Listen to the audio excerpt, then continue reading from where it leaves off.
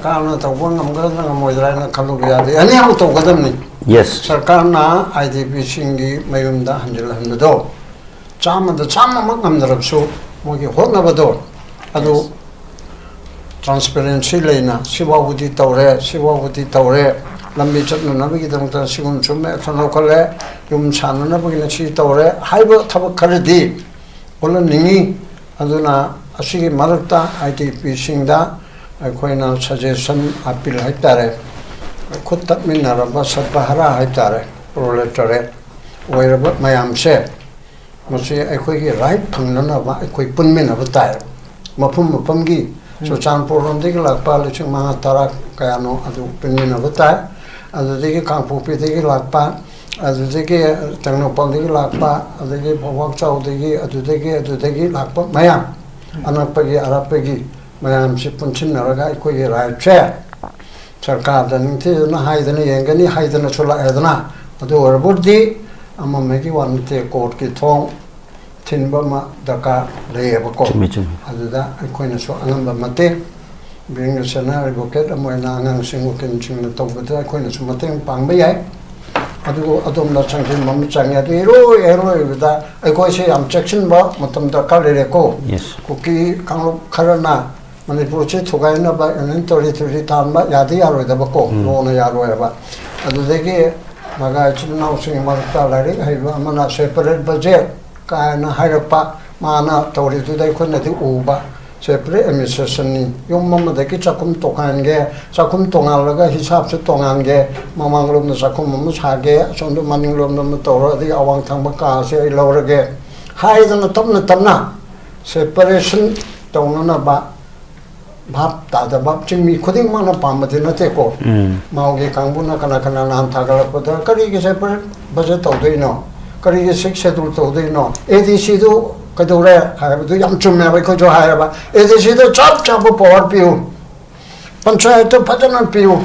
adu da separate administration adu ojara to ko gi local sub government se municipality da phajana piu regional council da phajana piu aduna dum yaaba adugumba ainu thamningibdi adugumba marak asida mayumda laifam laitaduna lerine marak asida egoi naga gi egoi kuki gi egoi adugi haina haibasi chumdeba aduna oneness of Manipur haibada moina waludana ngara nan thagalapa madako thengneba oneness re ko chingmini yadri karigino noine hantaba thakta oi haina hariba mamchi bhap tamina ba political system chi hongnana ba chingmi tami pulaga adu ma regional political force ama semi ki tangai padep sula e maduna khal sangba asangba policy ni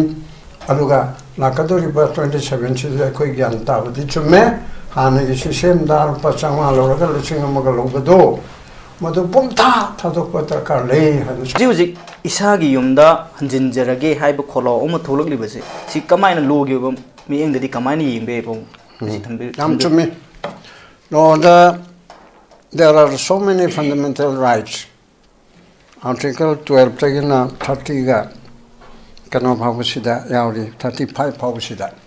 remediate ka konana adu manungda khadike maru eba most fundamental rights triangular haitare golden triangle gumba haitare law kanogi right ki matangda article 14 right equality before the law gi miyang dai koi puna managadamni adudagi article 19 the protection of freedom of speech expression laibu mayam che masidagi mayam ain ge matungina punba yaba aina adudagi assemble tawba yaba adudagi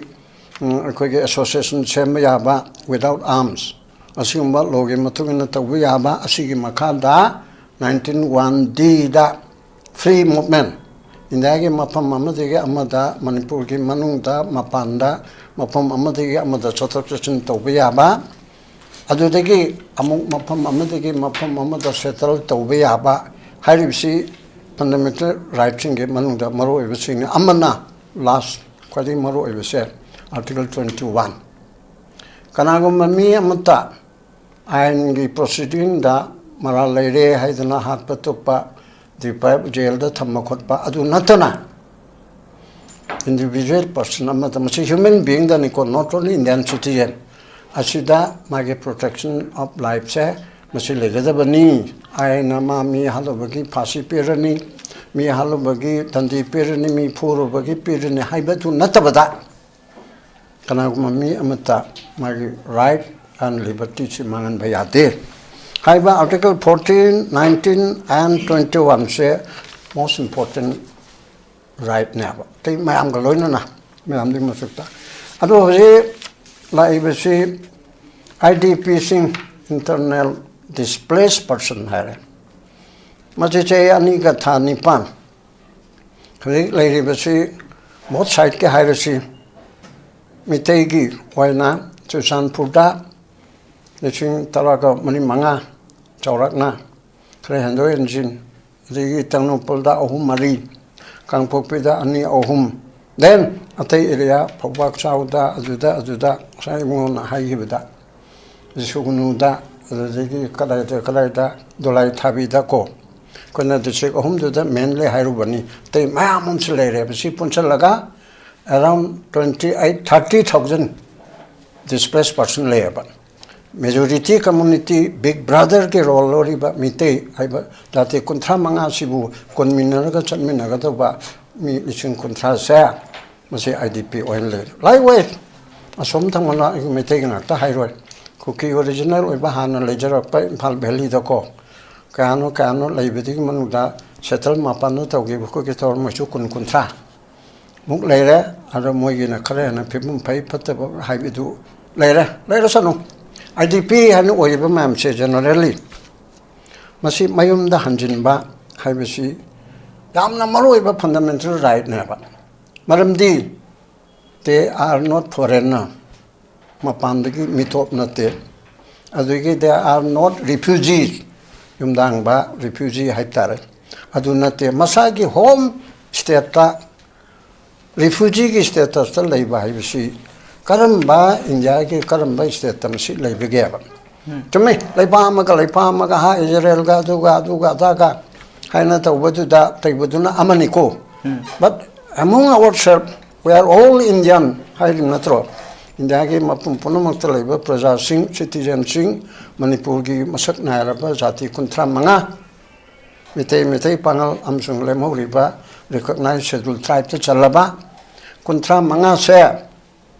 masigi mayum lamdam oriba port asida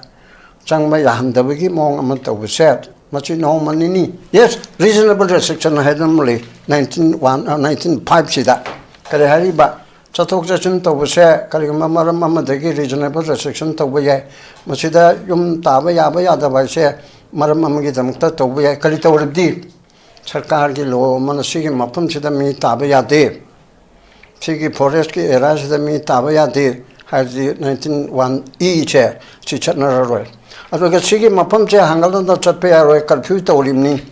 yatra ka sa ka yema thoktana leire sigi national highway ki sigi saruk se machi chatpe roy matam kharagi reasonable restriction ni natraga na akoi ki lainang thoktana landslide tawdana ko landslide tawba yawidana and 3% ni seba use mangani di natraga landslide ki lainang lonan ko thoktare di machi matam khar chatpe yaro highly besing se reasonable restriction na ba sarkar na lautho ka tawda ba adu reasonable restriction leibra leite mai chumna ki mayum changje ge de jes hana khana ba horakpuda bhap tanada dana ko ethnic class when hai mai ke ethnic class nate ko ge bharat sarkar na kuki chine na lona mana te ko kuki mana te ki lamento hen ma khara na manipur thogai na ba tawbu du da irang ama thokpati ge noi chango ne nungai ro khona ro haidana chingna ba ki changda ba tuna amane ba hoite lona lore haire dana mo ge matungina la litre na haire ado akoina de matu shanti ti oidri mayum na hanjin ma yadri national highway ani da ning tamna chatpe yadri ado ga khoi ge rai pona machi mangi highway sida chai ani makai bu thamba highway se government tamki sajatla government amana ado koina thamba thambi basi lo na yabra ado ga loina na minung si humanitarian ground su yabra 좀 다음에 ngamdre moi themna ba ya dan tawrim ani di ngamdre haro ko ahum jo haro ꯆꯍꯤ ꯑꯅꯤꯒ ꯊꯥ ꯅꯤꯄꯥꯟꯕꯨ ꯀꯔꯤꯝ ꯇꯧꯗꯅ ꯂꯩꯕꯁꯤꯕꯨ ꯌꯥꯕ꯭ꯔꯥ ꯑꯇꯣꯞꯄ ꯀꯣꯏꯁꯟ ꯑꯃꯅ ꯁꯦ ꯑꯩꯉꯣꯟꯗꯁꯨ ꯍꯥꯏꯈꯤꯕꯗꯣ within December 2025ꯀꯤ ꯃꯅꯨꯡꯗ internal displaced personsꯤꯡ mayum mayumda haibadi original homda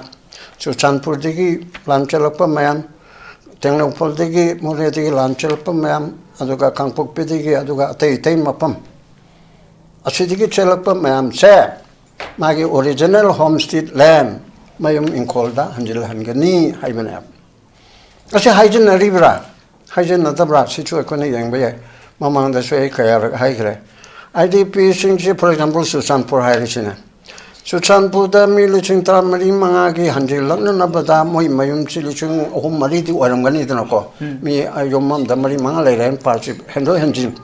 liching ohum mari si sanana begi tamakta lam olabra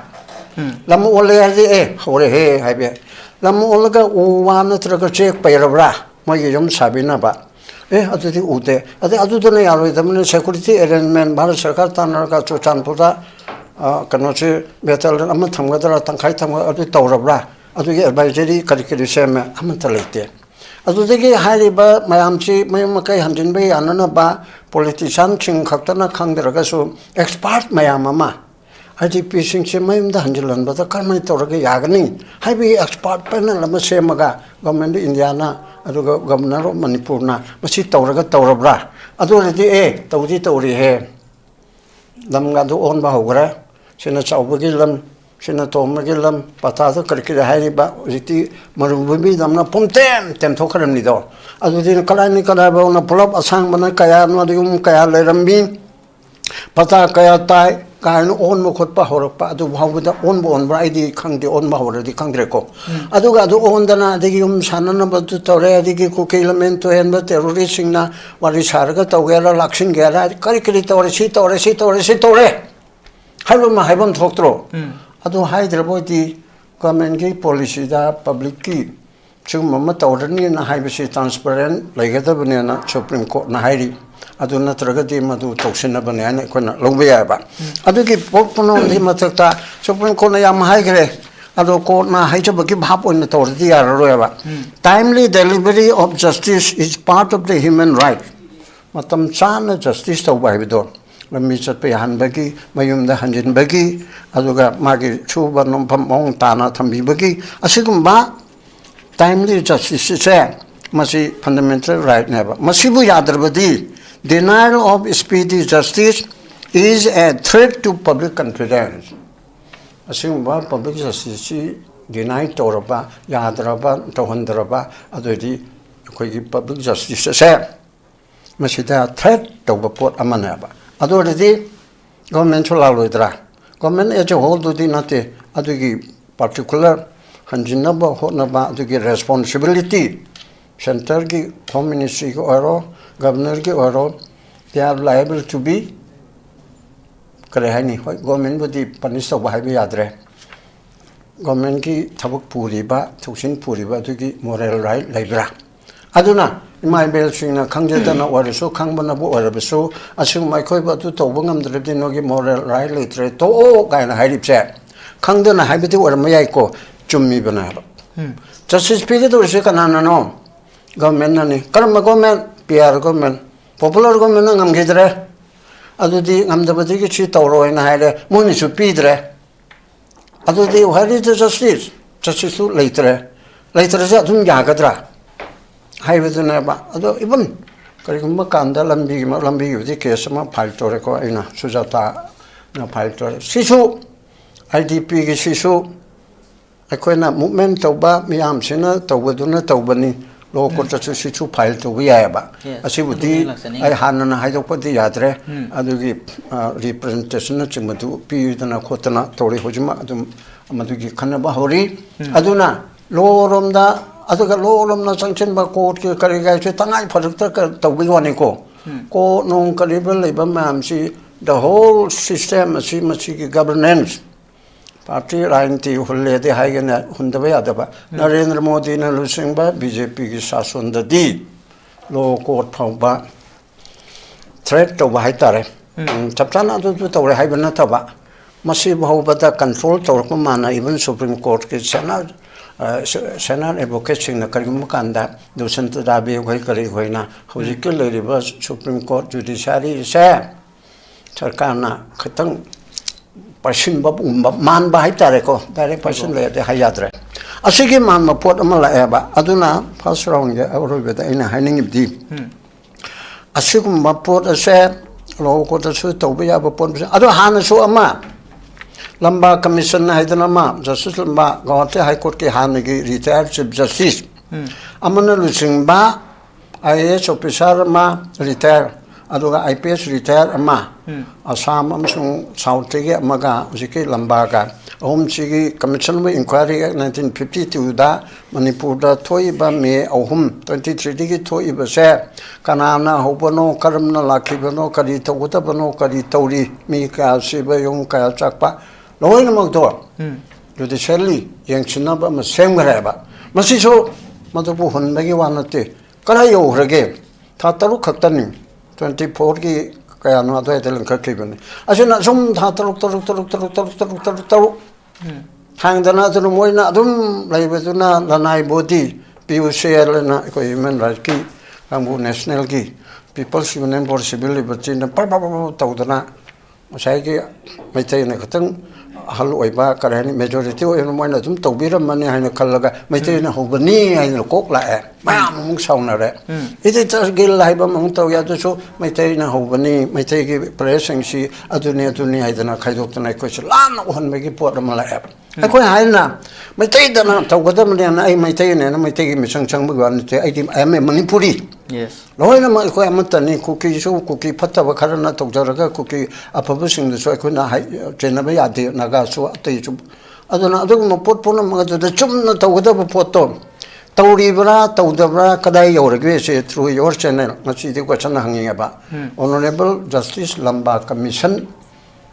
asi delhi da phami bani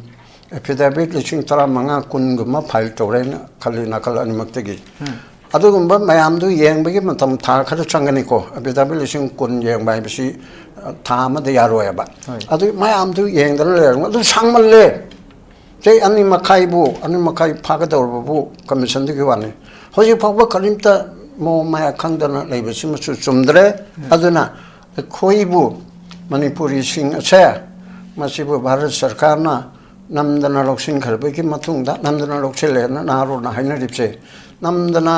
अरानबा merger एगेनमेंट में की मखादा लोकसिंह खरगा इलीगल मर्जर एगेनमेंट में मखादा लोकसिंह खरगा आई कोई वो हंथना सुम है लोकसिंह जिबे किने चाहिए कोलंदोय बो था क्लास स्टेटस थंबा अदुग ओनली 1972 जनवरी कुमाथोय खक्तदा इंडिया की मनुंगदा लेबा स्टेट अमगा मानरे न ट्राइम पंच बे स्टेट थंबनाबा अदुना आई को दे यंग बे अदि आफसबा चले याम लेरे आई को द नमथबी बेसे अनु होजि मे ओम देगे न चाहिए अनि थानी पांचसिदा मयुमदा हंजल हंदरिबा मरमदा चटप फंगदरिबा अदुग चनिंगबा मफमदा चटप या हंदरिबसे भारत सरकार की असिगुम्बा रूलिंग शासन तौरिबा अखोई डबल इंजिन की अदुमा खुदोलनी अखोई मणिपुर प्रजाना भारत की मायोक्ता करी तौगिबगिनो अखोई दा दोग यामना वारोदना मोनि यंगसिन बिदिरिसि करिगिनो हाइबा महानदा थमनिंगी yamna अदुम हायरोरा ya evam सिनि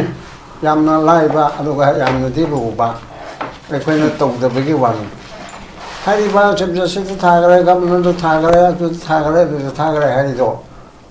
na court chalabra sima chalamaro Article 32 of the Constitution remedies for enforcement of rights conferred by this part. Part 3 the fundamental right ang bigi right lambi chatpigi right umne kari to bigi right chai mayam le gere ko right to equality gi aduga koi gi animal existence yoi bigi life che animal existence khaptan na te ba yoi bigi life chi di रोटी कपड़ा मकान लेना बा सेब ना बा अदुगा चान ना बा सी खतल नते बा अदुगा लंबी चन ना बा लाइरिक तम ना बा इंफॉर्मेशन की अदुगी मयाम की तिनपम असिन चिंग पुनम अचे पुंजलगा राइट टू लाइफ हाइबना बा मियर एग्जिस्टेंस साइगी प्रमाण तोरदि वोना हुई येंदी मपमदा तोरे नोंग चोरगा ना एसुई हे Garaga marum am da changba Mane mane. adagi thora aga kali tawre cinema yengani skun chakane dlei tabani Mane na mane. he thengna bam da mawon da mukne yengame mo chu waishil lage ne tawba adagi live to akhoi sida leire ba supreme court na adagi human right ki achau chauba leaders expert na human right I will say micham chamna chat kar sari yoki ndangi mchari aro mafam amda kundan le haibidu nate ba aidi Myanmar ki jail da leiriba kambudo haibati mayum chuna taba konkut kumamada dum leiyoga na pangai da leibagi right to akhoi da la eba during this time chai anima khai henna ado within achai ge supreme court no khara hai ge court kar hai be ado ge era do ai khangdre supreme court ta case khar buti leba ado je lambi chat pe adre hai bisi ki di ke samale ko pending le ra so za ta gi mingda ekona leptana chale hai hang chi tangka no do returnable sarkar na pa compare kani yana bo ni ha chu na de har so ado mai na IDP sing che masai ma kin ma marta tum ha pe haudu eba masai am tang to bu chum na kana nam te pe chuna wara ka khol laga na chum thik na le eba ada ko me bu na kesna ma legal notice sama draft tawri yang biu haidan haire si ma am cha dam hairu badi ya dar pon to ai na dum dang dang haidu IDP ge tam ta kali to bu ya ba ge lawyers community na adoga tungan ba kin ma ya na yaw ko sangstha na kali to bu ya ba ge se haudi haudong na re ba tu theng e ma ko theng ba che IDP sing na chu cha ai ma na khangje da bani na masi di rit am le tu 26 ta high court ta tha ba ya ba adagi supreme court ta su ye 35 32 da adu budi hai na hai bisi da tabla adu si lai lai de balam bi do adu kelam na phajan na to bi bam changi adu ri thaduk thajin gi ma gi phi mang na tarab su adu mamma changi adu na mayam china bhap ta dam ni na kin na hai ro ka mana tum thok long na to da bon chuningi adu su to bu su ya da lei adu hojik pudi mo na hai ram ni na hojik che chang mayam do document na ba lo ko na da kale du che chin na tro ai se dai le pom le tre hai bi tu ya ro ba si le pom le tre na India ki prime minister da pi ki ba Manipur ki governor da pi ki ba adu da pi ki ba le ri ba che yang khai cha ma do lo na na trap so maru ai ba che manga ma tara ma adu to le ra ga ma tu mayam do ha pa ga ma se honorable court na direction na ma both the central government and state government da directive PBU mayum da hanjin me yana na ba athu ba kali kali tawri ye che hangbiu sai December bang da hanjila ne ari che court na hangbe ye chief secretary da home secretary da mana governor mati partition me adam ni na aduga national ki secretary home da chi kala da chochanpur da yum kali sarabra Tengnopal da sarabra du da sarabra phobok chal da sarabra hanjil hanna ba kar kiri tawra report of 15 days manung da pyo aina ha adu da di ai sarkar ni pangtau tong ni na hai ya khum da ba ya ra we then khar ilai lai ba da so ai mo khoi so dum ta bo so no Manipur Human Right Commission na idana nam no lai ba kin mang ni idra ga so metero no so English no or so to the chairperson Manipur Human Right Commission ai ko gi right assessment na mang ye ko le tu ma am le ko khutam chang dam yang le ram di lai ga na adu to ra ga sarkar da notice to bi ho Human Right Commission na central government da ka ri du di to bangam drap su adu so question di to bi ai dana adu to bi ai adu maru ai na high court ta tha na court ki thong da akhoi nok to ga da na ba masi ge era di akhoi civil society cha na ok sing chu adom na kaya khante movement to ra ga lore movement ba te ba na te ko movement ra ko chu dum yau ba ni ya ya adu court chang ba ya ba di court chu chang se dana adu court ke sama tha ra na akhoi movement to ga ya de ba le te ba kana ma khang da ba na e de subsidize to e adu te ka chli te court kang bu ma na ai gi yum hanjil halu masi ke dam ta kar ki to re na tha ba da som da mayam am na movement to ga ya ro ya adu ko ma ka chli te even akhoi ge kanota do ta bi gi marang an nan pau du ta ba ni lo khau du khre ye hoi akhoi na ku ki no orang nu orang le jo akhoi na hai bi adar ga su sarkar da hai bi ai dana representation am pi ra ga hong ban chau ma ai gi na tra ga ma gi chu akhoi ma nga gi lo pham ma chi pata number 3 asidil le be se chai ko ding pabot contract e yang khai to e adu hanak ti sarkar na ngakpi da bani na akhoi yum du chang ba ya da bani na masi sarkar na compensation matik sa ba pi bi ho ꯆꯥꯎꯔꯥꯛꯅ ꯍꯀꯨꯝ ꯐꯥꯎꯕ 30 ꯊꯣꯛꯏ 50 ꯊꯣꯛꯏ ꯀꯨꯝꯁꯤꯁꯨ 10ꯗ ꯑꯣꯏꯔꯁꯨ ꯊꯣꯛꯄ ꯌꯥꯕꯅꯤ 10ꯒꯤ ꯄꯣꯠ ꯑꯗꯣ ꯍꯟꯖꯤꯟꯕꯤꯌꯨ ꯍꯥꯏꯗꯅ ꯇꯧꯕ ꯌꯥꯏꯕ ꯑꯗꯨꯒꯤꯕꯨꯗꯤ ꯃꯣꯏ ꯑꯇꯩ ꯑꯇꯩ ꯈꯔꯁꯨ ꯈꯪꯕꯁꯨ ꯈꯔ ꯌꯥꯎꯔꯕꯅꯤ ꯑꯗꯨꯒ ꯗꯥꯏꯔꯦꯛ ꯊꯥꯅꯅꯕ ꯄꯣꯠ ꯈꯣꯠꯇꯨ ꯗꯔꯀꯥꯔꯗꯨ ꯂꯩꯌꯦꯕ ꯑꯩ ꯍꯥꯏꯁꯦ ꯑꯅꯤ ꯎꯀꯤꯜ ꯑꯃꯗ ꯄꯕ꯭ꯂꯤꯛ ꯏꯟꯇꯔꯦꯁ ꯂꯤꯇꯤꯒꯦꯁꯟ ꯇꯧꯕ ꯑꯃꯗ ꯅꯠꯇ꯭ꯔꯒ ꯑꯗꯨꯒꯤ ꯌꯦꯡꯉꯒ ꯆꯠꯅ ꯇꯧꯕꯤꯒꯗꯕ ꯑꯃꯗꯨ ꯆꯠꯂꯦꯔꯒ ꯎꯀꯤꯜꯁꯤꯡꯁꯨ ꯔꯦꯗꯤꯅꯤ ꯍꯧꯖꯤꯛꯇꯤ ꯃꯌꯥꯝ ꯋꯥꯔꯕꯅꯤꯅ ꯎꯀꯤꯜ ꯃꯔꯛꯇꯁꯨ ꯌꯥꯝ ꯋꯥꯏꯑꯦꯕ ꯎꯀꯤꯜ ꯃꯔꯛꯇ ꯋꯥꯏꯗꯤ ꯀꯦꯁ ꯂꯦꯞꯄꯗꯨꯒꯤ ꯐꯤ ꯐꯪꯗꯦ ꯄꯩꯁꯥꯁꯨ ꯐꯪꯅꯗ꯭ꯔꯕꯅꯤ나 50,000 ꯂꯧꯒꯗꯕꯗꯨ 10ꯗ 10 ꯂꯧꯒꯗꯕꯗꯨ 10ꯗ ꯎꯀꯤꯜꯅꯁꯨ ꯑꯦꯐꯦꯛ ꯇꯧꯋꯦꯕ ꯑꯦꯛꯁꯦꯞ ꯇꯧꯗ꯭ꯔꯤꯁꯦ ꯀꯅꯥꯅꯣ ꯒꯚꯔꯟꯃꯦꯟꯠ ꯑꯦꯝꯄ꯭ꯂꯣꯌꯤ ꯑꯆꯧ ꯑꯁꯥꯡ IAS IPS ꯑꯟꯗꯔ ꯁꯦꯀ꯭ꯔꯦꯇꯔꯤꯗꯒꯤꯅ ꯃꯊꯛꯇ ꯂꯩꯕ ꯒꯚꯔꯟꯃꯦꯟꯠꯀꯤ ꯁꯥꯔꯚꯤꯁ ꯇꯧꯕꯅꯦꯗꯤ ꯉꯁꯤ ꯇꯣꯂꯣꯞ ꯄꯤꯗ꯭ꯔꯁꯨ ꯃꯊꯪ ꯊꯥꯗ ꯗꯕꯜ ꯄꯤꯗꯣꯔꯤꯕꯅꯤ 3 ꯄꯤꯗꯣꯔꯤꯕꯅꯤ ꯃꯣꯏꯇꯅꯤ ꯇꯧꯋꯦꯕ ꯑꯗꯨ ꯅꯠꯇꯕꯁꯤꯡꯗꯤ ꯈꯕꯔꯒꯤ ꯇꯧꯔꯤꯕ ꯑꯗꯒꯤ ꯎꯀꯤꯜ ꯄ꯭ꯔꯥꯏꯚꯦꯠ ꯄ꯭ꯔꯦꯛꯇꯤꯁꯅꯔ ꯇꯧꯔꯤꯕꯁꯤ ꯂꯣꯏꯅ ꯋꯥꯃꯤꯟꯅꯩꯕ ꯋꯥꯔꯕꯅꯤꯅ ꯋꯥꯔꯕꯁꯨ ꯋꯥꯅ ꯑꯩꯈꯣꯏꯁꯨ ꯁꯦꯀ꯭ꯔꯤꯐꯥꯏꯁ ꯇꯧꯔꯦꯔꯒ ꯑꯩꯒꯤ ꯄ꯭ꯔꯖꯥ ꯁꯦꯛꯁꯟ ꯃꯌꯥꯝ ꯑꯃꯅ ꯋꯥꯔꯤꯕꯁꯤꯗ ꯑꯩꯁꯨ ꯀꯟꯇ꯭ꯔꯤꯕ꯭ꯌꯨꯁꯟ ꯇꯧꯕ ꯇꯥꯏꯗꯅ ꯍꯥꯏꯗꯅ ꯇꯧꯕ ꯇꯥꯏꯌꯦꯕ ꯑꯗꯨꯅ ꯏꯕꯨꯡꯉꯣꯒꯤ ꯄꯥꯎꯈꯨꯝꯗꯣ ꯀꯣꯔꯠꯀꯤ ꯊꯣꯡ ꯊꯤꯜꯂꯨ ꯆꯨꯝꯅꯒ ꯂꯅꯥꯏ ꯑꯣꯏꯅ ꯆꯤꯐ ꯖꯁꯇꯤꯁ ꯕꯕꯥꯏꯗ ꯄꯤꯒꯦ ꯍꯥꯏꯕꯅꯤ ꯍꯣꯏ ꯃꯥꯅ ꯂꯧꯈꯠꯄꯤꯒꯦꯗꯤ ꯌꯥꯕꯖꯥꯠꯅꯤ ꯑꯣꯅꯔꯦꯕꯜ ꯀꯣꯔꯠꯅ ꯃꯉꯣꯟꯗ ꯄꯤꯔꯛꯄ ꯆꯤꯊꯤꯁꯤ ꯄꯕ꯭ꯂꯤꯛ ꯏꯟꯇꯔꯦꯁ ꯂꯤꯇꯤꯒꯦꯁꯟ ꯑꯣꯟꯊꯣꯛꯄ ꯌꯥꯏꯑꯕ ꯑꯗꯨ ꯑꯣꯟꯊꯣꯛꯆꯔꯛꯇ꯭ꯔꯒꯗꯤ ꯅꯪ ꯑꯣꯟꯊꯣꯛꯇꯕ ꯌꯥꯗꯦ ꯍꯥꯏꯕꯗꯤ ꯌꯥꯗꯦꯗꯅ ꯑꯩꯈꯣꯏꯅ ꯊꯥꯕ ꯇꯥꯔꯦꯗꯅ ꯄꯦꯇꯤꯁꯟ ꯃꯤ ꯑꯃꯒꯤ ꯃꯃꯤꯡꯗ ꯑꯅꯤꯒꯤ ꯃꯃꯤꯡꯗ ꯏꯟꯗꯤꯕꯤꯖꯨꯋꯦꯜ ꯑꯣꯏꯅ ꯊꯥꯕ ꯅꯠꯇ꯭ꯔꯒ ꯄꯕ꯭ꯂꯤꯛ ꯏꯟꯇꯔꯦꯁ ꯂꯤꯇꯤꯒꯦꯁꯟ ꯑꯣꯏꯅ ꯊꯥꯕꯗꯨ ꯌꯥꯏꯑꯕ ꯍꯥꯏꯅ ꯈꯨꯝꯃꯦꯔꯒ ꯑꯁꯤꯅ ꯃꯄꯨꯡ ꯑꯣꯏꯅ ꯃꯇꯝꯁꯨ ꯌꯥꯝ ꯂꯩꯔꯝꯃꯔꯣꯏ ꯄꯥꯎꯡ ꯀꯩꯅꯣ ꯃꯈꯥ ꯇꯥꯕ ꯑꯗꯨꯝ ꯄꯥꯎꯡꯗ ꯂꯥꯛꯆꯒꯦ ꯑꯩꯈꯣꯏ ꯍꯧꯖꯤꯛ ꯍꯧꯖꯤꯛ ꯑꯩꯈꯣꯏꯒꯤ ꯒꯕꯔꯅꯔꯅꯁꯨꯃꯃꯥꯡꯗ ꯑꯩꯈꯣꯏ ꯇꯥꯡꯀꯛ 3ꯗ ꯑꯩꯈꯣꯏꯒꯤ ꯗꯤꯁꯦꯝꯕꯔ ꯐꯥꯎꯕꯗ ꯃꯐꯝ ꯆꯪꯍꯟꯒꯅꯤ ꯍꯥꯏꯕ ꯉꯁꯥꯏ ꯍꯧꯔꯛꯄꯁꯨ ꯊꯝꯈ꯭ꯔꯦ ꯑꯗꯨꯒ ꯍꯧꯖꯤꯛ ꯐꯥꯎꯕ ꯒꯣꯔꯃꯦꯟꯠꯅ ꯂꯧꯈꯠꯂꯤꯕ ꯈꯣꯡꯊꯥꯡ ꯍꯥꯏꯕ ꯇꯥꯔꯦ ꯑꯗꯨꯒ ITBCꯒꯤ ꯁꯥꯏꯠꯇꯒꯤ ꯑꯩꯈꯣꯏ ꯌꯨꯝꯗ ꯍꯟꯖꯤꯟꯖꯔꯒꯦ ꯍꯥꯏꯅ ꯈꯣꯡꯖꯪ ꯆꯪꯁꯤꯜꯂꯛꯄ ꯑꯀꯟꯕ ꯈꯣꯡꯖꯪ ꯑꯃ ꯇꯧꯔꯛꯏꯁꯤꯒ ꯑꯩꯈꯣꯏ ꯒꯣꯔꯃꯦꯟꯠꯅ ꯂꯧꯈꯠꯂꯤꯕ ꯈꯣꯡꯊꯥꯡꯁꯤꯡꯁꯤꯒ ꯇꯨꯅꯅ ꯀꯃꯥꯏꯅ ꯌꯦꯡꯕꯤ ꯑꯩꯅ ꯉꯁꯥꯏ ꯑꯍꯥꯟꯕꯗꯁꯨ ꯍꯥꯏꯈ꯭ꯔꯦ ꯌꯨꯝ ꯁꯥꯕꯒꯤ ꯍꯟꯖꯤꯜꯍꯟꯒꯅꯤ ꯁꯤ ꯌꯨꯝꯗꯅꯤꯀꯣ ꯁꯣꯔꯣꯛꯇꯗꯤ ꯅꯠꯇꯦꯕ ꯑꯗꯨ ꯑꯣꯏꯗꯤ ꯌꯨꯝ ꯁꯥꯅꯅꯕꯒꯤꯗꯃꯛꯇ ꯃꯥꯏ ꯂꯝ ꯑꯃ ꯗꯔꯀꯥꯔ ꯂꯩꯀꯣ ꯍꯥꯟꯅꯒꯤ ꯃꯔꯝꯗꯣ ꯆꯨꯔꯆꯥꯟꯄꯨꯔꯗ ꯕꯔꯃꯥꯅ ꯍꯥꯏꯔꯤꯁꯤꯅꯦ ꯂꯣꯏꯅ ꯇꯦꯝꯊꯣꯛꯈ꯭ꯔꯦ ꯑꯗꯨꯁꯨ ꯃꯥꯒꯤ ꯑꯁꯨꯛ ꯆꯥꯎꯕ ꯑꯁꯨꯛ ꯄꯥꯛꯄ ꯍꯥꯏꯅ ꯄꯇꯥ ꯆꯤꯡꯒꯤꯗꯗꯤ ꯄꯇꯥ ꯂꯩꯇ꯭ꯔꯒꯁꯨ